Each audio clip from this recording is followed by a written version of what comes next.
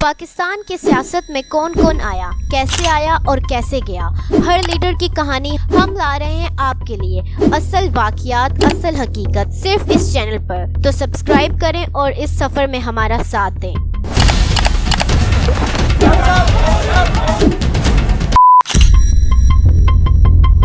لیاقت علی خان پاکستان کے پہلے وزیر اعظم تھے۔ ان کا اصل نام نواب زادہ لیاقت علی خان تھا۔ وہ 1 اکتوبر 1895 کو کارنل انڈیا میں پیدا ہوئے۔ وہ امیر خاندان سے تعلق رکھتے تھے اور انہوں نے اپنی سٹڈیز انگلینڈ کے آکسفورڈ یونیورسٹی سے کی اور وہاں سے ہی انہوں نے اپنی لاء ڈگری بھی حاصل کی۔ ان کا سیاست میں آنے کا مقصد مسلمانوں کے حقوق کے لیے کام کرنا تھا۔ 1923 میں مسلم لیگ جوائن کی اور جلد ہی قائد اعظم کے قریبی ساتھی بھی بن گئے۔ پاکستان بننے میں ان کا بڑا کردار تھا۔ پاکستان بننے کے بعد جب قائد اعظم وفات پا گئے تو لیاقت علی خان پر ذمہ داری آ گئی کہ نئے ملک کو سنبھالیں۔ انہوں نے آبجیکٹو ریزولوشن پاس کروائی جس میں پاکستان کو اسلام کے اصولوں کے مطابق چلنے کا فیصلہ ہوا۔ وہ چاہتے تھے کہ پاکستان ایک اسلامک ویلفیئر اسٹیٹ بنے۔ فارن پالیسیز میں انہوں نے امریکہ کے ساتھ اچھے تعلقات بنائے جبکہ رشیا کی طرف کم توجہ دی۔ یہ فیصلہ پاکستان کے فیوچر پر گہرا اثر ڈال گیا۔ ان کے دور میں کشمیر کا مسئلہ، اندرونی سیاسی انسٹیبلٹی اور اکانومی کے مشکلات بڑے چیلنج تھے، لیکن لیاقت علی خان نے کبھی ہار نہیں مانی۔ 16 اکتوبر 1951 کو راولپنڈی میں ایک ریلی کے دوران انہیں گولی مار کر شہید کر دیا گیا۔ ان کی شہادت نے ملک میں پہلی دفعہ سیاسی کرائسس پیدا کیے۔ آج تک ان کی موت کا اصل ریزن ایک راز ہی ہے۔ لیاقت علی خان کو شہید ملت کہا جاتا ہے۔ لیاقت علی خان کی شہادت کے بعد خواجہ نظام الدین پاکستان کے دوسرے وزیر اعظم بنے۔ وہ ایک شریف اور ریلیجیس پرسنالٹی تھے۔ پہلے وہ گورنر جنرل رہ چکے تھے، پھر 1951 میں پاکستان کے دوسرے پرائم منسٹر بنے۔ خواجہ نظام الدین کا اصل تعلق ڈھاکہ، بنگال سے تھا۔ وہ کیمبرج یونیورسٹی کے تعلیم یافتہ اور اپنی سیدھی سادی سیاست کی وجہ سے مشہور تھے۔ ان کے دور میں پاکستان مشکل حالات سے گزرا۔ کشمیر کا مسئلہ ابھی تک جاری تھا اور اکانومی بھی کمزور تھی۔ خواجہ نظام الدین کا سٹائل سلو اور ڈیفینسو تھا جس کی وجہ سے لوگوں میں فرسٹریشن بڑھنے لگی۔ 1953 میں لاہور اور کچھ اور شہروں میں قادیانی مسئلے پر روٹ ہوئے جس میں لا اور آرڈر خراب ہو گئے۔ آرمی کو مدد کے لیے بلانا پڑا۔ اس دوران گورنر جنرل ملک غلام محمد نے اپنی اختیارات کا استعمال کرتے ہوئے خواجہ نظام الدین کی گورنمنٹ کو ڈسمس کر دیا، یعنی پہلی دفعہ پاکستان میں ایک الیکٹڈ پرائم منسٹر کو کسی گورنر جنرل نے ہٹا دیا۔ یہ ایک بہت بڑا ٹرن تھا پاکستان کی سیاسی تاریخ میں۔ خواجہ نظام الدین اپنی ایمانداری کے باوجود سیاست کے دور میں وکٹم بن گئے۔ ان کا کردار ہمیشہ ایک شریف اور وفادار سیاستدان کا رہے گا جو سسٹم کے ہاتھوں سیاست سے نکال دیے گئے۔ محمد علی بوگرا کا اصل تعلق لاہور سے تھا۔ ان کا ایجوکیشن اور ڈپلومیٹک بیک گراؤنڈ پاکستان کے فورن افیئرز میں لیڈ رول دینے کا مددگار ثابت ہوا۔ بوگرا کو 1953 میں پرائم منسٹر بنایا گیا جب پاکستان کو پولیٹیکل انسٹیبلٹی اور کانسٹیٹیوشنل کرائسس کا سامنا کرنا پڑ رہا تھا۔ ان کا ٹرم چھوٹا تھا لیکن انہوں نے اپنے دور میں کچھ اہم ریفارم کیے۔ بوگرا کی سب سے بڑی کنٹریبیوشن تھی بوگرا فارمولا۔ یہ فارمولا ایسٹ پاکستان اور ویسٹ پاکستان کے درمیان پولیٹیکل بیلنس کو مینٹین کرنے کا پلان تھا۔ اس فارمولا میں ایسٹ پاکستان کو زیادہ ریپرزنٹیشن دینے کی کوشش کی گئی تھی جو کہ اس وقت پولیٹیکلی انڈر ریپرزنٹیڈ تھا۔ اس فارمولا کو انٹینشنلی کافی سپورٹ ملا لیکن اپوزیشن اور بیوروکریسی کے ریزسٹنس کی وجہ سے اسے پراپرلی امپلیمنٹ نہیں کیا جا سکا۔ محمد علی بوگرا کی لیڈرشپ کے دوران پاکستان میں پولیٹیکل فرمنٹیشن بڑھ گئی تھی۔ 1954 میں اسمبلیز ڈسالو کر دی گئی اور پولیٹیکل پارٹیز میں فرمنٹیشن شروع ہو گئی۔ یہ پولیٹیکل انسٹیبلٹی ان کی گورنمنٹ کو ویکن کر گئی گئی، لیکن محمد علی بوگرا نے اپنی طرف سے ملک کو اسٹیبلش کرنے کی کوشش کی تھی۔ ان کا لیڈرشپ سٹائل کافی ڈپلومیٹک اور کیلکولیٹڈ تھا۔ بوگرا کو فورن ریلیشنز میں کافی ایکسپیرینس تھا اور انہوں نے اپنے ٹرن اوور میں پاکستان کو انٹرنیشنل لیول پر اسٹریٹن کرنے کی کوشش کی تھی، لیکن لوکل پالیٹکس میں ان کا اپنے پولیٹیکل الائز سے بھی مشکلات کا سامنا کرنا پڑا۔ آخر کار 1955 میں انہیں ریزائنیشن دینا پڑا اور ان کا دور ختم ہو گیا۔ محمد علی بوگرا کا ٹرن اوور شارٹ تھا، لیکن ان کا بوگرا فارمولا پاکستان کی کانسٹیٹیوشنل ہسٹری میں ایک اہم قدم تھا۔ ان کا کام ان کے ڈپلومیٹک سکلز اور پولیٹیکل ویژن کے لیے یاد رکھا جاتا ہے۔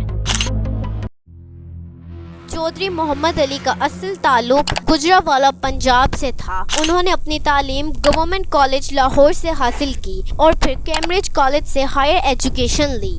چودھری محمد علی پاکستان کے ایک سینئر بیوروکریٹ تھے جو ایک گورنمنٹ ایڈمنسٹریشن اور فائنینشیل میٹرز میں کافی ایکسپیرینس تھے۔ 1955 میں انہیں پرائم منسٹر بنایا گیا۔ ان کا دور پاکستان کے لیے کافی کرول تھا کیونکہ اس دوران پاکستان کا پہلا کانسٹیٹیوشن پاس کیا گیا تھا 1956 میں، جس میں ملک کو آفیشلی اسلامک پبلک ڈکلیئر کیا گیا۔ اس کانسٹیٹیوشن میں ایسٹ اور ویسٹ پاکستان کے درمیان برابری کا پرنسپل رکھا گیا تھا، جس میں دونوں ریجنز کا ایکول پولیٹیکل ریپرزنٹیشن دیا گیا۔ چودھری محمد علی ٹرن اوور بھی چیلنجنگ تھا کیونکہ اس وقت پاکستان کی پولیٹیکل سسٹم میں بہت زیادہ فرمنٹیشن تھی۔ پاکستان پارٹیز کے درمیان ڈفرینس بڑھ گیا تھا اور سینٹرل گورنمنٹ کا کنٹرول کمزور ہو گیا تھا۔ چودھری محمد علی کی کوشش تھی کہ وہ ملک میں اسٹیبلٹی لائیں، لیکن اپوزیشن نے ان کی گورنمنٹ کو چیلنج کرنا شروع کر دیا۔ ان سب سرکمسٹینس کے باوجود انہوں نے ملک کو اپنا پہلا فارمولا کانسٹیٹیوشن دیا، جو پاکستان کی پولیٹیکل ہسٹری میں ایک بہت امپورٹنٹ مائل سٹون تھا۔ چودھری محمد علی کی پرسنل لائف کافی سمپل تھی اور انہوں نے اپنی پولیٹیکل کریئر میں اپنے پرسنل انٹرسٹ کو سیکنڈری رکھا۔ ان کا اپروچ کافی فارمولا اور ڈسپلنڈ تھا، لیکن وہ کسی بھی طرح سے پرسنل پاپولیرٹی کو سیکھنے میں انٹرسٹڈ نہیں تھے۔ ان کا دور چھوٹا تھا، لیکن ان کی سروس اور کنٹریبیوشن کو پاکستان کی کانسٹیٹیوشنل ہسٹری میں ہمیشہ یاد رکھا جاتا ہے۔ حسین شہید سروادے کا تعلق ایسٹ پاکستان سے تھا اور ان کی پولیٹیکل کریئر کافی ڈائنامک اور امپیکٹفل تھا۔ انہوں نے اپنی اسٹڈیز آکسفورڈ یونیورسٹی سے حاصل کی تھی اور ان کا پولیٹیکل بیک گراؤنڈ بھی کافی رچ تھا۔ حسین شہید نے اپنی کریئر کی شروعات عوامی لیگ کے پلیٹ فارم سے کی تھی اور وہ ایک اسٹرانگ لیڈر بن کر سامنے آئے۔ 1956 میں حسین شہید کو پرائم منسٹر بنایا گیا۔ ان کا دور پاکستان کے لیے کافی کروشل تھا کیونکہ اس دوران ملک میں پولیٹیکل اور اکنامکس ریفارم کی بہت ضرورت تھی۔ حسین شہید کا سب سے بڑا کنٹریبیوشن تھا انڈسٹریلائزیشن اور اکنامکس ڈیولپمنٹ۔ انہوں نے ایسٹ پاکستان کو زیادہ اکنامکس اپرچونٹیز دینے کی کوشش کی اور ملک میں انڈسٹریل ڈیولپمنٹ کو بڑھاوا دیا۔ حسین شہید کی لیڈرشپ میں پاکستان نے اپنی فارن پالیسی کو ری ایلیوینٹ کیا اور انہوں نے امریکہ کے ساتھ اپنے ریلیشنز کو مزید اسٹرانگ بنانے کی کوشش کی۔ انہوں نے سیٹو اور سینٹو جیسی ملٹری الائنس میں پاکستان کا حصہ دلوایا، لیکن حسین شہید کا ٹرن اوور بھی آسان نہیں رہا۔ انہیں پولیٹیکل اپوزیشن اور بیوروکریسی سے کافی ریزسٹنس ملتی رہی۔ پاکستان کے پالیٹکس میں ملٹری اور سول بیوروکریسی کا انفلوئنس بھی بڑھ گیا، جس کے چلتے ان کی گورنمنٹ کو اسٹیبلٹی نہیں مل پائی۔ انہوں نے اپنی پالیٹکس کو اپنی لیڈرشپ کے تھرو امپلیمنٹ کرنے کی کافی کوشش کی، لیکن ان کا ٹرم 1957 میں ریزسٹنس کی وجہ سے ختم ہو گیا۔ حسین شہید آج بھی پاکستان کے ایک اسٹرانگ اور بولڈ لیڈر کے طور پر یاد کیے جاتے ہیں۔ انہوں نے اپنی لیڈرشپ میں بہت کچھ اچیو کیا، لیکن پولیٹیکل انسٹیبلٹی نے ان کے دور کو کافی چیلنجنگ بنا دیا۔ ابراہیم اسماعیل چندریکار کا اصل تعلق کراچی سے تھا اور انہوں نے اپنی تعلیم گورنمنٹ کالج لاہور اور کیمبرج یونیورسٹی سے کی تھی۔ وہ ایک ایکسپیرینس سول سرونٹ تھے جو اپنی پرانی سروس میں پاکستان کے فائنینشیل اور ایڈمنسٹریٹو سسٹم کے ریفارم پر کافی کام کر چکے تھے۔ ان کا کریئر زیادہ تر بیوروکریسی میں تھا، اس لیے ان کی اپروچ کافی ٹیکنیکل تھی جو ان کو اپنی گورنمنٹ میں کافی ہیلپ کرتی تھی۔ 1957 میں جب پاکستان میں پولیٹیکل انسٹیبلٹی اپنے پیک پر تھی تو پریزیڈنٹ اسکندر مرزا نے ابراہیم اسماعیل چندریکار کو پرائم منسٹر بنایا۔ ان کا ٹرن اوور صرف کچھ مہینے کا تھا، لیکن اس شارٹ پیریڈ میں انہوں نے اپنی طرف سے کچھ امپورٹنٹ ڈیسیژن لینے کی کوشش کی۔ چندریکار کی گورنمنٹ کو سب سے زیادہ چیلنج اکنامکس اور گورننس ریفارم کی وجہ سے تھا۔ ان کا پرائمری فوکس اکنامکس ریفارم پر تھا، لیکن ان کے دوران پولیٹیکل اپوزیشن بہت اسٹرانگ تھی اور ملٹری اور بیوروکریسی کا بھی بہت زیادہ انفلوئنس تھا۔ یہ پولیٹیکل انوائرمنٹ ان کے لیے کافی چیلنجنگ تھا اور اس وجہ سے ان کی گورنمنٹ کو پولیٹیکل سٹیبلٹی حاصل نہیں ہو پائی۔ انہوں نے اپنے ٹرم میں فورن انویسٹمنٹس اور انڈسٹریل گروتھ کو پروموٹ کرنے کی کوشش کی، لیکن ان کی ایفرٹس کو اپوزیشن نے ایفیشینٹلی بلاک کر دیا۔ چندریکار نے اپنی لیڈرشپ میں اپنی بیوروکریسی اور اکنامک ایکسپیرینس کو یوز کرنے کی کوشش کی، لیکن پولیٹیکل ریزسٹنس کی وجہ سے ان کے ریفارم سکسیسفل نہیں ہو سکے۔ آخر کار 1957 میں انہیں ریزائن دینا پڑا۔ ان کا ٹرم بہت شارٹ تھا، لیکن ان کا کام بیوروکریٹک انٹیگریٹی اور فائنینشیل ایکسپیرینس کے لیے یاد رکھا جاتا ہے۔ فیروز خان نون کا اصل تعلق پنجاب کے شہر راولپنڈی سے تھا۔ انہوں نے اپنی تعلیم ایچین کالج لاہور اور پھر آکسفورڈ یونیورسٹی سے کی تھی۔ فیروز خان نون کا بیک گراؤنڈ پولیٹیکل اور ایڈمنسٹریٹو ایکسپیرینس سے تھا۔ انہوں نے اپنی کریئر کی شروعات ایز اے پبلک سرونٹ کی تھی۔ انہوں نے فارن پالیسی میں اپنا سبسٹینشیل رول ادا کیا اور پاکستان کے فرسٹ فارن منسٹر بھی رہ چکے تھے۔ ان کا ویژن اپنی گورنمنٹ کو پولیٹیکلی اور اکنامکلی اسٹیبلائز کرنا تھا۔ 1957 میں جب پاکستان کی پولیٹیکل سچویشن کافی کروشل تھی، فیروز خان نون کو پرائم منسٹر بنایا گیا۔ ان کا ٹرن اوور بھی کافی شارٹ تھا، لیکن انہوں نے اپنی گورنمنٹ میں کچھ امپورٹنٹ ریفارم کیے۔ فیروز خان نون کا سب سے بڑا کنٹریبیوشن پاکستان کی فارن پالیسی کو ایکٹیو اور اسرٹیو بنانے میں تھا۔ انہوں نے اپنے دوران فارن ریلیشنز کو زیادہ پرائورٹائز کیا اور انڈیا کے ساتھ ریلیشنز کو امپروو کرنے کی کوشش کی۔ ان کی فارن پالیسی میں ویسٹ پارٹیکولرلی امریکہ کے ساتھ ریلیشنز اور اسٹرانگ کرنے پر فوکس تھا۔ فیروز خان نون کی لیڈرشپ میں پاکستان نے سیٹو اور سینٹو جیسے ملٹری الائنس میں اپنا حصہ ڈالا، لیکن ان کا ٹرن اوور پولیٹیکلی انسٹیبلٹی کی وجہ سے کافی انسٹیبل رہا۔ انہوں نے اپنے ریفارم کو سکسیسفلی امپلیمنٹ کرنے کی کوشش کی، لیکن اپوزیشن نے ان کو بہت ریسسٹ کیا۔ 1958 میں ان کو بھی ریزائن دینا پڑا۔ ان کا دور پاکستان کی پولیٹیکل ہسٹری میں چھوٹی سی شدت کا تھا، لیکن ان کی فارن پالیسی اور ڈپلومیٹک سکلز کو اب تک یاد کیا جاتا ہے۔ نارالامین پاکستان کی پولیٹیکل ہسٹری میں ایک چھوٹے لیکن امپورٹنٹ رول کے مالک تھے۔ ان کی پرائم منسٹرشپ صرف 13 دن کی تھی، لیکن ان کا ٹرن اوور 1971 میں پاکستان کے لیے ایک بہت کروشل وقت تھا۔ نارالامین کا تعلق ایسٹ پاکستان سے تھا۔ انہوں نے اپنی سیاست کی شروعات عوامی لیگ کے ذریعے کی تھی۔ وہ ایک ویل ریسپیکٹڈ لیڈر تھے جو اپنی کمیونٹی میں بہت پاپولر تھے۔ انہوں نے اپنی پولیٹیکل جرنی میں پاکستان پیپلز پارٹی کے ساتھ بھی کافی کام کیا، لیکن ان کا سب سے بڑا پولیٹیکل مومنٹ اس وقت آیا جب وہ پاکستان کے پرائم منسٹر بنے۔ 1971 کا وقت پاکستان کی ہسٹری کا بہت مشکل وقت تھا، جب ایسٹ پاکستان جو اب بنگلہ دیش بن گیا ہے اور ویسٹ پاکستان کے بیچ بہت بڑا پولیٹیکل اور ملٹری کانفلکٹ کانفلکٹ چل رہا تھا۔ ایسٹ پاکستان میں لوگوں کی طرف سے انڈیپینڈنس موومنٹ چل رہی تھی جو ان کی لوکل کلچر، لینگویج اور آئیڈینٹی کے لیے تھی۔ انہوں نے عوامی لیگ کے لیڈر شیخ مجرب الرحمان کی لیڈرشپ کو ریکگنائز کیا تھا، لیکن پاکستان کی گورنمنٹ کا سٹینس بالکل اپوزٹ تھا۔ اس وقت پاکستان کی ملٹری کو بنگلہ دیش لبریشن وار میں شامل ہونا پڑا۔ نارول ایمن کو 1971 میں پرائم منسٹر بنایا گیا تھا جب ذوالفقار علی بھٹو کو پاکستان کا پریزیڈنٹ بنا دیا گیا تھا۔ بھٹو نے ان کو اپوائنٹ کیا تھا، لیکن ان کے ٹرن اوور کا وقت بہت ہی کمپلیکس تھا کیونکہ ایسٹ پاکستان کی انڈیپینڈنس کو روکنا بہت مشکل ہو گیا تھا۔ نارول ایمن نے اپنی پوری کوشش کی کہ ایسٹ پاکستان کو بنگلہ دیش سے الگ ہونے سے بچایا جا سکے، لیکن وہ سچویشن سے زیادہ کوپ نہیں کر پائے۔ انہوں نے پاکستان کی انٹیگریٹی کو پرزرو کرنے کے لیے ڈپلومیٹک اور پولیٹیکل ایفرٹس کی، لیکن ان کی ایفرٹس الٹیمیٹلی فیلڈ ہوئی۔ پاکستان اور انڈیا کے بیچ وار کے بعد بنگلہ دیش کی انڈیپینڈنس ہو گئی تھی۔ نارول ایمن کو پاکستان کی پولیٹیکل ہسٹری میں اس لیے یاد کیا جاتا ہے کیونکہ انہوں نے اپنے ٹرن اوور میں پاکستان کی انٹیگریٹی کو بچانے کے لیے اپنی پوری کوشش کی تھی، لیکن ان کی ایفرٹس وار اور پولیٹیکل انسٹیبلٹی کے سامنے اثر نہ کر پائی۔ ان کے شارٹ ٹرم کے باوجود ان کا نام اب بھی پاکستان اور بنگلہ دیش کی ہسٹری میں ایک امپورٹنٹ پارٹ کے طور پر یاد رکھا جاتا ہے۔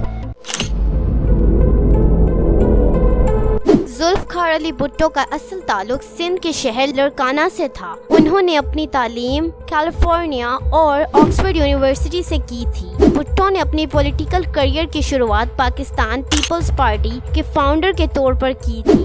وہ پاکستان کے پہلے سویلین پرائم منسٹر تھے جو ایک اسٹرانگ اینڈ کرسمیٹک لیڈر کے طور پر سامنے آئے۔ ذوالفقار علی بھٹو 1971 میں پریزیڈنٹ یحییٰ خان کے ریزائن کے بعد پرائم منسٹر بنے۔ انہوں نے اپنی گورنمنٹ میں بہت پولیٹیکل اور اکنامک ریفارمز کیے۔ بھٹو کا سب سے بڑا کنٹریبیوشن پاکستان کا سیکنڈ کانسٹیٹیوشن تھا جو 1973 میں پاس ہوا۔ اس کانسٹیٹیوشن نے پاکستان کو پارلیمنٹری ڈیموکریسی کی طرف شفٹ کر دیا، جس میں پرائم منسٹر کو زیادہ پاور مل گئی تھی۔ بھٹو کا پولیٹیکل اپروچ کافی پاپولر اور سوشلائز تھا۔ انہوں نے اپنی ٹرن اوور میں نیشنلائزیشن کو پالیٹکس میں امپلیمنٹ کیا، جس میں میجر انڈسٹریز اور بینکس کو گورنمنٹ کنٹرول میں لیا گیا۔ بھٹو نے لیڈ ریفارم اور فری ایجوکیشن جیسے انیشیٹو بھی انٹروڈیوس کیے، جس سے ان کو عام لوگوں میں کافی سپورٹ ملی۔ انہوں نے انٹرنیشنل پالیٹکس میں بھی اپنی آئیڈینٹی بنائی، لیکن بھٹو کا ٹرن اوور بھی بہت کنٹروورشل رہا۔ 1977 میں ان کی گورنمنٹ کو ملٹری کوپ نے ٹاپل کیا جب جنرل ضیاء الحق نے ان کے خلاف کوپ کیا۔ ذوالفقار علی بھٹو کو 1979 میں پھانسی دے دی گئی اور ان کا پولیٹیکل کیریئر کا ٹریجک اینڈ ہوا۔ بھٹو کی پرسنل لائف بھی کافی انٹرسٹنگ تھی۔ وہ اپنے پولیٹیکل جرنی میں اپنے کرسما اور لیڈرشپ سکل کے لیے مشہور تھے۔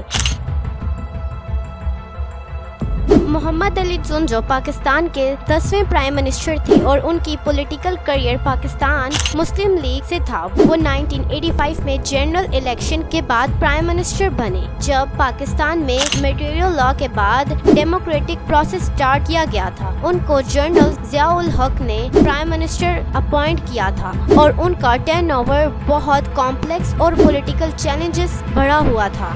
محمد علی جنجو کو 1985 کے الیکشنز میں پی ایم ایل کی طرف سے سپورٹ مل گیا تھا، لیکن ان کو ضیاء الحق کے ڈائریکٹ انفلوئنس کے انڈر کام کرنا پڑا۔ لیکن جنجو نے اپنے ٹرن اوور کے دوران اپنے انڈیپینڈنٹ ڈیسیشن لینے کی کوشش کی۔ ان کا پولیٹیکل کیریئر ان کی ماڈریٹ ویوز اور ملٹری اسٹیبلشمنٹ کے ساتھ بیلنس ریلیشن شپ کے لیے جانا جاتا ہے۔ 1978 میں انہوں نے ضیاء الحق ملٹری انٹرفیرنس اور پرسنل ڈیسیشن کو اپوز کیا، جس کے بعد ان کے اور ضیاء الحق کے بیچ ٹینشن بڑھ گئی۔ جنجو کی گورنمنٹ کو ملٹری اسٹیبلشمنٹ کے کنٹرول میں کام کرنا پڑا۔ 1988 میں جنرل ضیاء الحق کی ڈیتھ کے بعد محمد علی جنجو کی گورنمنٹ کو ریزائن کے لیے فورس کیا گیا۔ ضیاء الحق کی سڈن ڈیتھ کے بعد پاکستان میں پولیٹیکل پاور ویکیوم کریٹ ہو گیا اور ان کو اپنی ٹرم ختم کرنی پڑی۔ محمد علی جون جو کی 10 اوور کو ماڈریٹ لیڈرشپ اور ڈیموکریٹک ریفارم کی کوشش کے لیے یاد کیا جاتا ہے، لیکن ان کی گورنمنٹ کو ملٹری لمیٹڈ پولیٹیکل فریڈم کے چیلنج کا سامنا تھا۔ ان کا ٹرن اوور پاکستان کی پولیٹیکل ایوولوشن میں سگنیفیکنٹ سٹیپ تھا، لیکن ان کا ٹرم ریلیٹیولی شارٹ اور ڈیفرنٹ تھا۔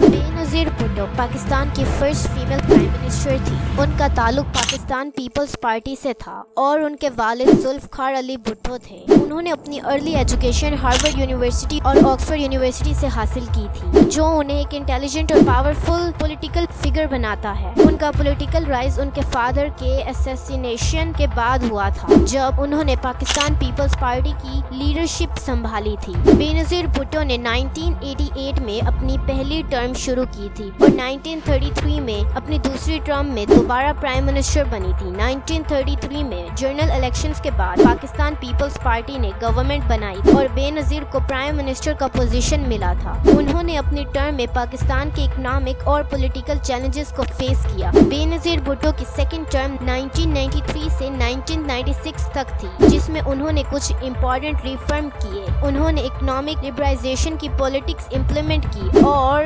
پرائیویٹائزیشن کا پلان بنایا۔ انہوں نے ٹیلی کمیونیکیشن اور بینکنگ سیکٹر کو پرائیویٹائز کیا، جو پاکستان کی اکانومی کے لیے ایک امپورٹنٹ سٹیپ تھا۔ انہوں نے ویمنز رائٹ اور سوشل ویلفیئر پروگرام کو بھی پروموٹ کیا، ہیلتھ اور ایجوکیشن سیکٹر میں ریفارم کیے اور انہوں نے ریڈکشن کے لیے کچھ انیشیٹو لائے۔ بینظیر بھٹو کی گورنمنٹ کو اپنے 10 اوور میں کافی چیلنجز کا سامنا کرنا پڑا۔ کرپشن ایلیگیشنز، اکنامک انسٹیبلٹی اور اپوزیشن پروٹیسٹ ان کے ٹرم کے میجر ایشوز تھے۔ ان کی گورنمنٹ کو ملٹری اسٹیبلشمنٹ اور پولیٹیکل رائیولز کے ساتھ کانفلکٹ کا سامنا بھی تھا۔ Economic miss management, inflation and in employment کے ایشوز نے ان کی گورنمنٹ کی اسٹیبلٹی کو افیکٹ کیا۔ ان پرابلمز کے باوجود بینظیر بھٹو نے اپنی گورنمنٹ کو چلانے کی پوری کوشش کی۔ 1996 میں بینظیر بھٹو کو اپنی گورنمنٹ سے ریزائنیشن دینا پڑا۔ ان پر کرپشن کے سیریس ایلیگیشن لگائے گئے اور پولیٹیکل انسٹیبلٹی کی وجہ سے ان کو اپنا ٹرم ختم کرنا پڑا۔ پولیٹیکل اپوزیشن اور ملٹری اسٹیبلشمنٹ کے پریشر کے چلتے انہوں نے ریزائن کیا۔ بینظیر بھٹو کی سیکنڈ ٹرم کو ویمنز امپاورمنٹ اور اکنامک ریفارم کے لیے یاد کیا جاتا ہے۔ ان کی لیڈرشپ نے پاکستان کی پولیٹیکل ہسٹری کو ری شیپ کیا۔ ان کا نام آج بھی پاکستان کی ہسٹری میں ایک سگنیفیکنٹ اور کنٹروورشل فگر کے طور پر لیا جاتا ہے۔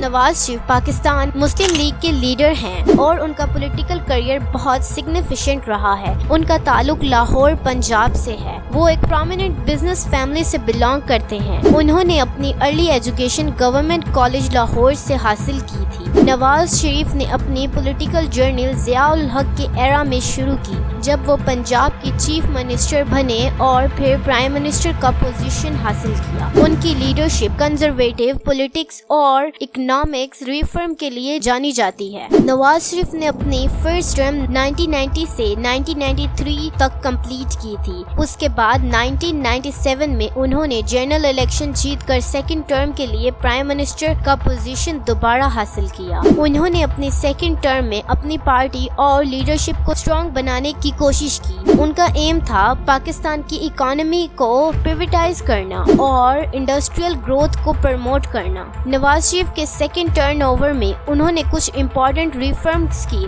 انہوں نے اکنامک پرائیویٹائزیشن، انفراسٹرکچر ڈیولپمنٹ اور ٹیلی کمیونیکیشن سیکٹر کو پرائیویٹائز کیا۔ روڈ نیٹ ورکس اور پبلک سیکٹرز پروجیکٹس میں بہت انویسٹمنٹس کی گئی۔ انہوں نے نیوکلیئر پالیسی کو کنٹینیو رکھا اور نیوکلیئر ٹیسٹس کیے، جو پاکستان کی سیکیورٹی کے لیے کروشل تھے۔ ان کی گورنمنٹ نے سوشل ویلفیئر پروگرامز بھی لانچ کیے اور ایجوکیشن اور ہیلتھ کیئر سیکٹرز میں ریفارم کیے۔ نواز شریف کی گورنمنٹ کو اپنے 10 اوور میں بہت سے چیلنجز کا سامنا تھا۔ ان کے اگینسٹ پولیٹیکل اپوزیشن نے پروٹیسٹ کیا اور ملٹری اسٹیبلشمنٹ کے ساتھ بھی ان کے ریلیشنز ٹینشن میں تھے۔ ان کی گورنمنٹ میں کرپشن ایلیگیشنز بھی لگائے گئے۔ نواز شریف کی سیکنڈ 10 اوور کو اکنامک ڈیولپمنٹ ڈیولپمنٹ اور پرائیویٹائزیشن کے ریفارم کے لیے یاد کیا جاتا ہے، لیکن ان کا turn political instability, military involvements اور کرپشن ایلیگیشنز سے بھی بڑا تھا۔ ان کا نام اب بھی پاکستان کے پولیٹیکل لینڈسکیپ میں ایک ڈومیننٹ فگر کے طور پہ جانا جاتا ہے۔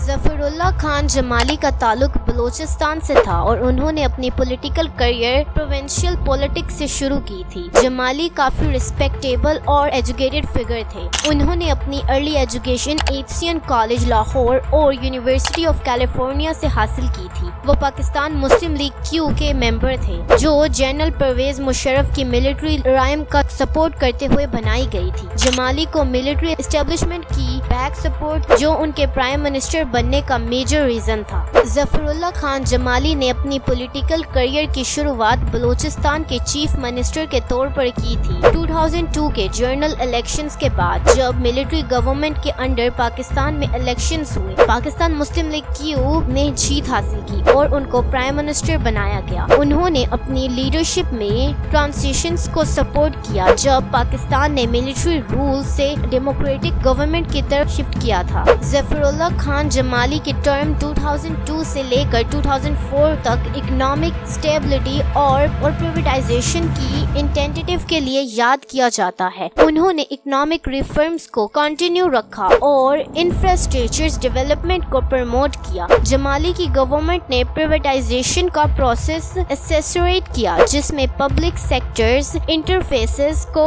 پرائیویٹائز کیا گیا۔ انہوں نے ٹیلی کمیونیکیشن اور انرجی سیکٹرز میں بھی ریفارمز امپلیمنٹ کیے، جو پاکستان کی اکانومی کو لبرلائز کرنے میں مددگار ثابت ہوا۔ ان کی فارن پالیسی کو بھی امپورٹنس ملی اور انہوں نے پاکستان کے ریلیشن کو یونائٹڈ اسٹیٹ کے ساتھ اسٹرانگ بنانے کی کوشش کی۔ جمالی کی گورنمنٹ نے ریلیجن، کارپوریشن اور ٹریڈ ریلیشنز کو امپروو کرنے کے لیے ایفرٹس کیے، جس میں ساؤتھ ایشیا میں انڈیا اور افغانستان کے ساتھ بیٹر ریلیشنز اسٹیبلائز کرنے کی کوشش کی گئی۔ جمالی کی گورنمنٹ کو ملٹری اسٹیبلشمنٹ کے انڈر کافی پولیٹیکل چیلنجز کا سامنا تھا۔ وہ ایک ملٹری بیکڈ گورنمنٹ کے ہیڈ تھے، اس لیے ان کے ڈیسیژن کو ملٹری لیڈرشپ کے انفلوئنس میں رکھا جاتا تھا۔ انٹرنل پولیٹیکل پریشر اور اپوزیشن پارٹیز کے کانفلکٹ نے ان کی گورنمنٹ کو افیکٹ کیا۔ جمالی نے اپنی لیڈرشپ میں ڈیموکریٹک ریفارمز کو امپلیمنٹ کرنے کی پوری کوشش کی، لیکن ملٹری اور سیویلین ریلیشنز میں چیلنجز کافی کمپلیکس تھے۔ جمالی کو 2004 میں ریزگنیشن دینا پڑا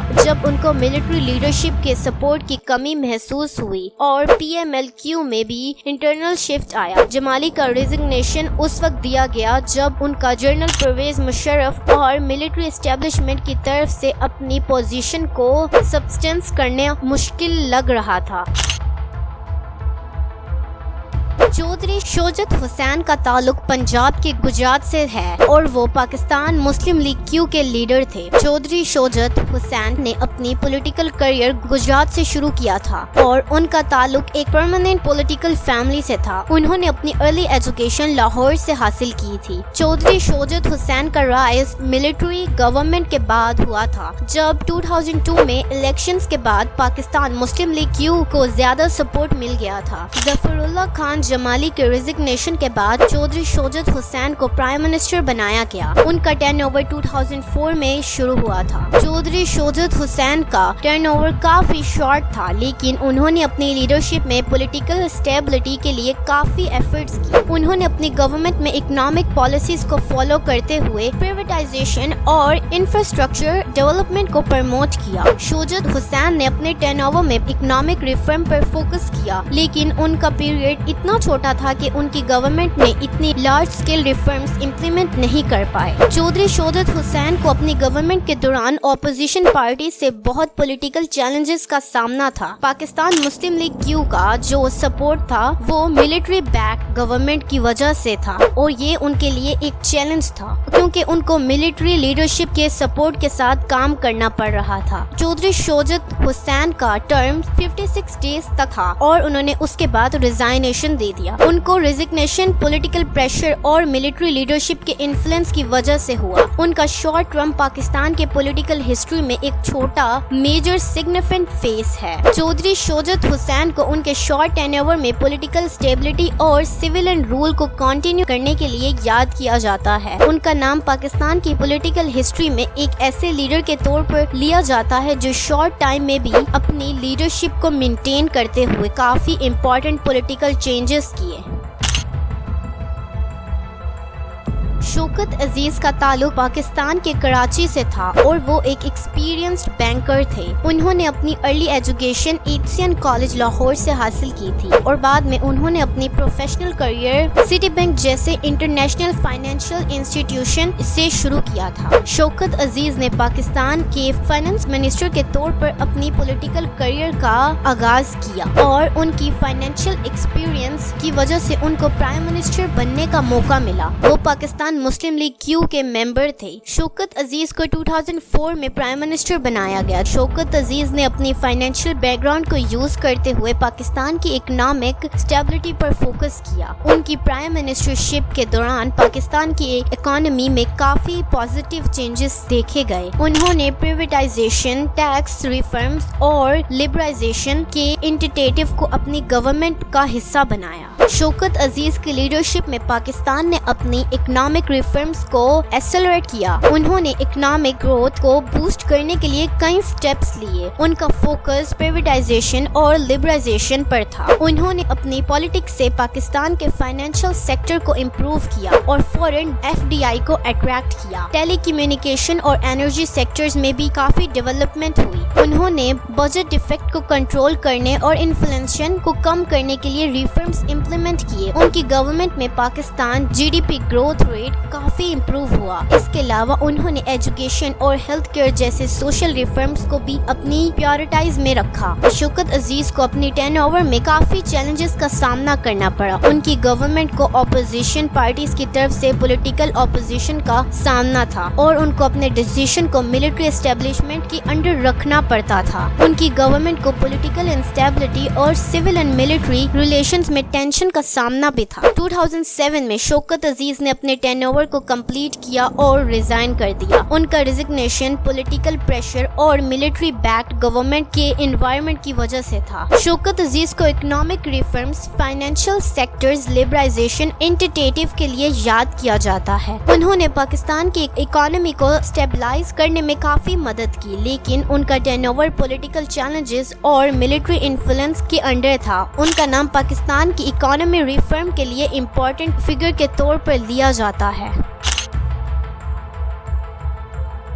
یوسف رضا گیلانی کا تعلق ملتان پاکستان سے تھا۔ انہوں نے اپنی پولیٹیکل جرنی پاکستان پیپلز پارٹی سے شروع کی تھی جو بے نظیر بھٹو کی لیڈرشپ میں تھی۔ گیلانی کی فیملی کا پالیٹکس سے گہرا تعلق تھا اور انہوں نے اپنی ارلی ایجوکیشن ملتان اور کراچی سے کی تھی۔ انہوں نے اپنے پولیٹیکل کریئر میں اپنی لائلٹی اور پاکستان پیپلز پارٹی اور بے نظیر بھٹو کے ساتھ اپنے ریلیشنز کو بہت امپورٹنس دی۔ یوسف رضا گیلانی کا رائز 2008 میں ہوا جب بے نظیر بھٹو کے اسیسینیشن کے بعد پاکستان پیپلز پارٹی کو پولیٹیکل لیڈرشپ کی ضرورت تھی۔ 2008 کے الیکشنز کے بعد پاکستان پیپلز پارٹی کو میجورٹی ملی اور پارٹی نے یوسف رضا گیلانی کو پرائم منسٹر کے لیے نامینیٹ کیا۔ یوسف رضا گیلانی نے 2008 میں پرائم منسٹر کے طور پر اپنی ڈیوٹیز شروع کی جب پاکستان پیپلز پارٹی نے پرویز مشرف کی ملٹری بیکڈ رول کے بعد ڈیموکریٹک گورنمنٹ کو واپس پاور میں لایا۔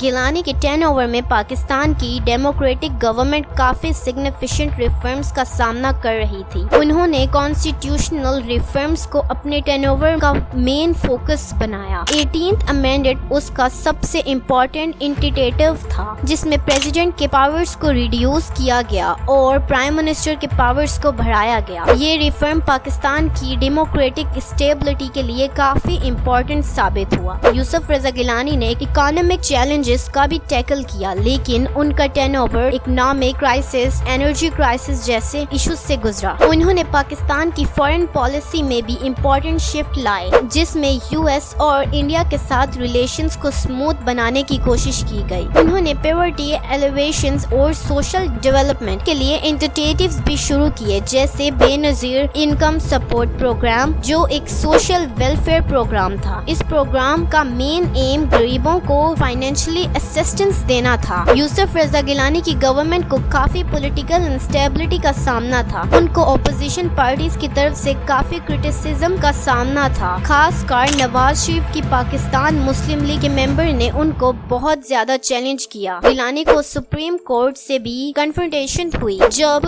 کنٹیمپٹ آف کورٹ کیس میں ان کو کورٹ آرڈرز نہیں ماننے پر ڈسکوالیفیکیشن کا سامنا کرنا پڑا۔ 2012 میں سپریم کورٹ نے یوسف رضا گیلانی کو ڈسکوالیفائی کر دیا due to the contempt of court case, جس میں انہوں نے نواز شریف اور آصف علی زرداری کے کیسز کو سپریم کورٹ کے آرڈر کے باوجود ہینڈل نہیں کیا تھا۔ ان کا ڈسکوالیفیکیشن پاکستان کے پولیٹیکل ہسٹری کا ایک امپورٹنٹ مومنٹ تھا۔ یوسف رضا گیلانی کو 18th امینڈمنٹ اور ڈیموکریٹک ریفارم کے لیے یاد کیا جاتا ہے۔ ان کی لیڈرشپ میں ڈیموکریٹک ویلیوز کو اسٹریٹن کرنے کی کوشش کی گئی تھی، لیکن ان کا turn over political challenges, economic instability سے گزرا تھا۔ ان کا نام پاکستان پولیٹیکل ہسٹری میں ایک ریفارمسٹ لیڈر کے طور پر لیا جاتا ہے، جو اپنے ٹرن اوور میں ڈیموکریٹک انسٹیٹیوشن کو بڑھانے کی کوشش کر رہے تھے۔ راجہ پرویز اشرف کا تعلق پنجاب کے گجرات سے تھا، اور انہوں نے اپنی پولیٹیکل کریئر پاکستان پیپلز پارٹی کے پلیٹ فارم سے شروع کیا تھا۔ انہوں نے اپنی ارلی ایجوکیشن راولپنڈی سے حاصل کی تھی، اور بعد میں انہوں نے اپنی پولیٹیکل جرنی کو پاکستان پیپلز پارٹی کے ساتھ کنٹینیو کیا۔ راجہ پرویز اشرف کافی ایکسپیرینس پولیٹیشین تھے، اور ان کا تعلق ایک ایسی فیملی سے تھا جو پاکستان کی پالیٹکس میں کافی پرانی اور اسٹیبلشڈ تھی۔ راجہ پرویز اشرف کا رائز 2012 میں ہوا، جب یوسف رضا گیلانی کو سپریم کورٹ کے کنٹیمپٹ کیس میں ڈسکوالیفائی کر دیا گیا۔ ان کی نامینیشن پاکستان پیپلز پارٹی کے لیڈرشپ کے ڈیسیژن کے بعد ہوئی تھی، اور ان کو پرائم منسٹر بنایا گیا۔ ان کا ٹرن اوور 2012 سے 2013 تک رہا، جو کافی شارٹ تھا۔ راجہ پرویز اشرف کا ٹرن اوور میں انہوں نے انرجی کرائسس کو ایڈریس کرنے کی کوشش کی، جو پاکستان کے لیے ایک بڑا ایشو بن گیا تھا۔ انہوں نے انرجی پروجیکٹ کو لانچ کرنے کی کوشش کی، جس میں پاور پلانٹس انسٹالیشن اور الیکٹریسٹی جنریشن کو انکریز کرنے کی ایفرٹس شامل تھی۔ انہوں نے بے نظیر انکم سپورٹ پروگرام کو کنٹینیو رکھا، اور سوشل ویلفیئر انیشیٹیو پر بھی کافی فوکس کیا۔ ان کے ٹرن اوور میں پاکستان کی اکانومی کو اسٹیبلائزیشن کی ضرورت تھی، لیکن ان کی اکنامک چیلنجز کو ہینڈل کرنے کی کوشش پوری طرح سکسیسفل نہیں ہو پائی۔ راجہ پرویز اشرف کی گورنمنٹ کو بہت سی پولیٹیکل چیلنجز کا سامنا تھا۔ ان کو اپوزیشن پارٹیز کی طرف سے کانسٹنٹ کرٹیسزم کا سامنا کرنا پڑا تھا، خاص کر پاکستان مسلم لیگ نواز اور پاکستان تحریک انصاف کی طرف سے۔ راجہ پرویز اشرف کا ٹرن اوور میں کرپشن کے ایلیگیشن بھی ان کے خلاف لگائے گئے۔ انہوں نے انرجی سیکٹر میں کرپشن کو روکنے کے لیے کئی ریفارمز کا پلان بنایا، لیکن ان کا ٹرن اوور اتنا شارٹ تھا کہ وہ اپنی پالیسیز کو زیادہ امپلیمنٹ نہیں کر پائے۔ راجہ پرویز اشرف کا ٹرن اوور 2030 میں ختم ہو گیا، جب جنرل الیکشن ہوئے اور پاکستان پیپلز پارٹی کو الیکشنل ڈیفیٹ کا سامنا کرنا پڑا۔ 2030 میں جنرل الیکشنز کے بعد نواز شریف کی پارٹی مسلم لیگ نواز نے لینڈ سلائڈ وکٹری حاصل کی، اور ان کو پرائم منسٹر بنایا گیا۔ نواز شریف نے اپنی تھرڈ ٹرم میں اکنامک ریفارمز اور انفراسٹرکچر ڈیولپمنٹ پر فوکس کیا۔ نواز شریف کی تھرڈ ٹرم میں انہوں نے اپنی اکنامک پالیسیز میں کافی ریفارمز اور انفراسٹرکچر پروجیکٹس کو امپلیمنٹ کیا۔ ان کی گورنمنٹ نے CPEC means China Pakistan economic corridor کو پروموٹ کیا، جو ایک بہت بڑا انفراسٹرکچر اور اکنامک ڈیولپمنٹ پروجیکٹ ہے۔ اس پروجیکٹ کا مین ایم پاکستان اور چائنا کے بیچ ٹریڈ اور انویسٹمنٹس کو بڑھانا تھا۔ انہوں نے اپنی اکنامک ریفارمز میں انرجی کرائسس کو ایڈریس کرنے کی کوشش اور پاور پروجیکٹس میں انویسٹمنٹس بنانے کی کوشش کی۔ ان کی گورنمنٹ نے Gwadar port development, road infrastructure اور ٹیلی کمیونیکیشن میں بھی سگنیفیکنٹ ڈیولپمنٹ کی۔ نواز شریف کی گورنمنٹ میں اکنامک گروتھ کو بوسٹ دینے لانے کے لیے کافی ایفرٹس کی گئی۔ نواز شریف کی گورنمنٹ کو اپنے تھرڈ ٹرم میں کافی پولیٹیکل چیلنجز کا سامنا کرنا پڑا۔ پاناما پیپرز لیک میں ان کی فیملی ممبرز کا نام آنے کے بعد ان کے خلاف کرپشن ایلیگیشنز پڑ گئے۔ اس اسکینڈل کے بعد ان کو سپریم کورٹ کے کیس کا سامنا کرنا پڑا۔ 2017 میں نواز شریف کو ڈسکوالیفائی کر دیا گیا جب انہیں پاناما پیپر کیس میں گلٹی پایا گیا۔ نواز شریف کو ملٹری اسٹیبلشمنٹ کے ساتھ اپنے ریلیشنز کو بیلنس کرنے کا چیلنج بھی تھا۔ ان کی گورنمنٹ کو اپوزیشن پارٹیز کی طرف سے بھی بہت کرٹیسزم کا سامنا کرنا پڑا، خاص کر پاکستان تحریک انصاف کے عمران خان کی طرف سے۔ 2017 میں نواز شریف کو سپریم کورٹ نے ڈسکوالیفائی کر دیا اور ان کا تھرڈ ٹرم ختم ہو گیا، جو پاکستان کے پولیٹیکل ہسٹری کا ایک سگنیفیکنٹ مومنٹ تھا۔ نواز شریف کو اپنی تھرڈ ٹرم کے دوران اکنامک ڈیولپمنٹ اور انفراسٹرکچر پروجیکٹس کے لیے یاد کیا جاتا ہے۔ انہوں نے CPEC اور انرجی پروجیکٹس میں سگنیفیکنٹ کنٹریبیوشنز کیے، لیکن ان کی گورنمنٹ کو کرپشن ایلیگیشنز اور پولیٹیکل انسٹیبلٹی کا سامنا بھی رہا۔ ان کو پاکستان کے پولیٹیکل لینڈسکیپ میں ایک کنٹروورشل فگر کے طور پر دیکھا جاتا ہے، جو اپنے ٹرن اوور میں بہت ساری اچیومنٹس کے ساتھ کرٹیسزم کا سامنا بھی کرتے رہے۔ شاہد خاقان عباسی کا تعلق پنجاب میاں والی سے تھا اور وہ پاکستان مسلم لیگ نواز کے ممبر ہیں۔ شاہد خاقان عباسی نے اپنی ارلی ایجوکیشن کراچی اور USA حاصل کی تھی۔ شاہد خاقان عباسی کافی ایکسپیرینس پولیٹیشین ہیں۔ انہوں نے اپنی پولیٹیکل کریئر میں کافی امپورٹنٹ پوزیشن سنبھالی ہے۔ انہوں نے منسٹر فار پیٹرولیم اور نیچرل ریسورسز کے طور پر بھی کام کیا تھا، جہاں ان کا فوکس انرجی سیکٹر پر تھا۔ شاہد خاقان عباسی کا پولیٹیکل رائز 2017 میں ہوا، جب نواز شریف کو پاناما پیپرز کیس میں ڈسکوالیفائی کیا تھا۔ نواز شریف کے ڈسکوالیفیکیشن کے بعد شاہد خاقان عباسی کو پرائم منسٹر بنایا گیا، کیونکہ وہ PMLN کے سینئر لیڈر میں سے ایک تھے۔ انہوں نے پرائم منسٹر کے طور پر اپنا ٹرن اوور 2017 سے 2028 تک کنٹینیو رکھا۔ شاہد خاقان عباسی کے ٹرن اوور میں انہوں نے پاکستان کے اکنامک چیلنجز اور انرجی کرائسس کو ایڈریس کرنے کے لیے کافی ایفرٹس کیے۔ انہوں نے گیس امپورٹس کو انکریز کیا اور liquefied natural gas project پر فوکس کیا۔ انہوں نے اپنی گورنمنٹ میں انرجی سیکٹر کو سٹیبلائز کرنے کے لیے پاور پلانٹس کو انٹروڈیوس کرنے کی کوشش کی۔ شاہد خان عباسی کی گورنمنٹ نے اکنامک گروتھ کو بوسٹ دینے کے لیے انفراسٹرکچر ڈیولپمنٹس اور سوشل ویلفیئر پروگرامز پر بھی فوکس کیا۔ انہوں نے CPEC کو کنٹینیو رکھا اور چائنا کے ساتھ ریلیشنز کو اسٹرانگ کرنے کی کوشش کی۔ عباسی کی گورنمنٹ اپنے ٹرن اوور میں کئی پولیٹیکل چیلنجز کا سامنا کرنا پڑا۔ اپوزیشن پارٹیز، خاص کر پاکستان تحریک انصاف کے عمران خان نے ان کو کافی کرٹیسائز کیا۔ ان کو اکنامک ڈیفیکلٹیز، انفلیشن اور پولیٹیکل انسٹیبلٹی کا بھی سامنا تھا۔ شاہد خاقان عباسی کو اپنے ٹرن اوور میں کرپشن ایلیگیشنز کا بھی سامنا رہا۔ PTI نے ان کے اور ان کے پارٹی کے لیڈرز کے خلاف کرپشن چارجز لگائے۔ انہوں نے اپنی گورنمنٹ کو بھی ایلیگیشن سے بچانے کی کوشش کی۔ شاہد خاقان عباسی کا ٹرن اوور 2018 میں ختم ہو گیا، جب جنرل الیکشن ہوئے اور عمران خان کی پارٹی PTI نے جیت حاصل کی۔ شاہد خاقان عباسی کو اپنا آفس نئے گورنمنٹ کو ٹرانسفر کرنا پڑا۔ شاہد خاقان عباسی کو اس لیے یاد کیا جاتا ہے کہ انہوں نے اپنے ٹرن اوور میں energy sectors reforms, economic stabilisation اور CPEC کے ڈیولپمنٹ کے لیے انہوں نے اپنی لمیٹڈ ٹرن اوور میں پاکستان کے انفراسٹرکچر اور انرجی سیکٹر کو امپروو کرنے کے لیے کافی ایفرٹس کیے، لیکن ان کو پولیٹیکل انسٹیبلٹی اور اکنامک چیلنجز کا بھی سامنا تھا۔ ان کا ٹرن اوور نواز شریف کے ڈسکوالیفیکیشن کے بعد PMLN کی گورنمنٹ کو اسٹیبلائز کرنے کے لیے تھا، لیکن اپوزیشن کے پریشر اور اکنامک کنڈیشن کے چلتے ان کا ٹرن اوور کافی ڈیفیکلٹ رہا۔ عمران خان کا تعلق میاں والی پنجاب سے تھا۔ انہوں نے اپنی ارلی ایجوکیشن لاہور سے کی تھی اور بعد میں آکسفورڈ یونیورسٹی سے ڈگری حاصل کی تھی۔ عمران خان کافی فیمس کرکٹر تھے اور انہوں نے پاکستان کرکٹ ٹیم کو 1992 میں ورلڈ کپ بھی جتوایا تھا۔ عمران خان کی پولیٹیکل جرنی کافی ڈیفرنٹ تھی۔ انہوں نے اپنا پولیٹیکل کریئر 2012 میں پاکستان تحریک انصاف کے پلیٹ فارم سے شروع کیا۔ انہوں نے اپنی پارٹی کو اینٹی کرپشن اور گڈ گورنمنٹ کے حوالے حوالے سے پروموٹ کیا اور بہت جلدی ان کا میسج پاکستان کے عوام میں پاپولر ہو گیا۔ عمران خان نے اپنے پولیٹیکل جرنی کی شروعات بہت لیٹ کی تھی، لیکن انہوں نے اپنی پارٹی پی ٹی آئی کو 2013 الیکشنز کے بعد میجر پولیٹیکل فورس بنایا۔ 2018 کے جنرل الیکشنز میں پی ٹی آئی نے لینڈ سلائڈ وکٹری حاصل کی اور عمران خان کو پرائم منسٹر بنایا گیا۔ انہوں نے اپنے مینیفیسٹو میں کرپشن کے خلاف اور گورننس ریفارم کو اپنی پریورٹی بنایا تھا۔ عمران خان کے ٹرن اوور میں انہوں نے اینٹی کرپشن ریفارمز اور گڈ گورننس پر کافی فوکس کیا۔ انہوں نے نیا پاکستان کا کانسیپٹ انٹروڈیوس کیا جس میں پیورٹی ریڈکشنز، اکنامک ریفارمز اور ہیلتھ کیئر کو امپروو کرنا شامل تھا۔ کافی چیلنجز کے باوجود عمران خان کی گورنمنٹ نے احساس پروگرام جیسے سوشل ویلفیئر انیشیٹو شروع کیے جو غریبوں کو ڈائریکٹ فائنینشیل اسسٹنس دینے کا کام کرتے تھے۔ عمران خان کی گورنمنٹ سی پی ای سی کو کنٹینیو رکھا اور اکنامک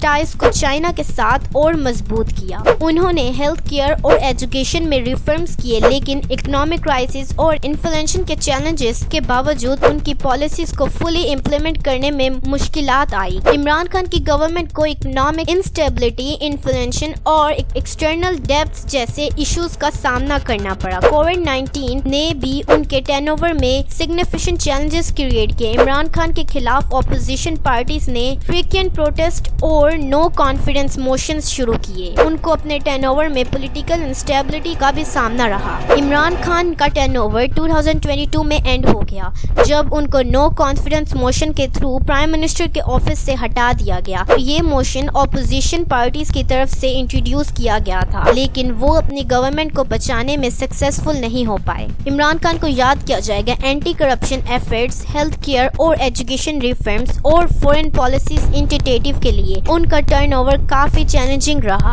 جس میں اکنامک انسٹیبلٹی، انفلیشن اور پولیٹیکل پریشر کا سامنا تھا۔ شہباز شریف پاکستان مسلم لیگ نواز کے لیڈر ہیں۔ انہوں نے اپنی پولیٹیکل جرنی پنجاب سے شروع کی تھی اور پنجاب کے چیف منسٹر کے طور پر اپنی کافی لمبا اور سکسیسفل کیریئر گزارا۔ ان کا فوکس ہمیشہ ڈیولپمنٹ پروجیکٹس اور گڈ گورننس پر رہا ہے۔ 2022 میں عمران خان کی گورنمنٹ کو نان کانفیڈنس موشن کے ذریعے ہٹا دیا گیا اور شہباز شریف کو پرائم منسٹر بنایا گیا۔ ان کا prime focus economic stability, poverty reduction اور پولیٹیکل ہارمونی پر تھا۔ ان کے ٹرن اوور میں انہوں نے اکنامکس ریفارمز، انرجی کرائسس کو ہینڈل کرنا اور ہیلتھ کیئر اور ایجوکیشن ریفارمز کو پرائیورٹیز بنایا۔ شہباز شریف نے IMF کے ساتھ نیگوشیشنز کو کنٹینیو رکھا اور بلوچستان اور دوسرے انڈر ڈیولپمنٹ ریجنز کی طرف اپنا دھیان دیا۔ شہباز شریف کی گورنمنٹ کو اکنامک انسٹیبلٹی، انفلیشن اور فورن ڈیبٹس کے ایشو کا سامنا۔ ان کو اپنے ٹرن اوور میں پولیٹیکل پریشر اور اپوزیشن پارٹی سے بھی کافی چیلنجز تھے۔ ان کا ٹرن اوور 2023 میں اینڈ ہو گیا جب الیکشنز کے بعد عمران خان کی پارٹی کو زیادہ سپورٹ ملی۔ ان کی لیڈرشپ کو یاد کیا جائے گا ان کے گورننس، ریفارمز اور اکنامک اسٹیبلٹی کے لیے۔ بٹ 2024 میں دوبارہ الیکشنز کے بعد شہباز شریف دوبارہ پرائم منسٹر بنے اینڈ کرنٹلی ناؤ 2025 میں شہباز شریف ہی پرائم منسٹر ہیں۔ تو ہم نے اس ویڈیو میں پاکستان کے تمام پرائم منسٹرز کا سفر دکھایا، ان کی ٹرم اور پولیٹیکل چیلنجز کو سمجھایا۔ ہر پرائم منسٹر نے اپنی ٹرم میں پاکستان کی اسٹیبلٹی، اکنامک ریفارمز اور فورن پالیسیز میں اپنا رول ادا کیا اور ہر کسی کا اپنا یونیک لیگیسی رہا۔ اگر آپ کو یہ ویڈیو پسند آئی ہو تو لائک اور چینل کو سبسکرائب کریں اور اپنے تھاٹس ہم سے ضرور شیئر کریں۔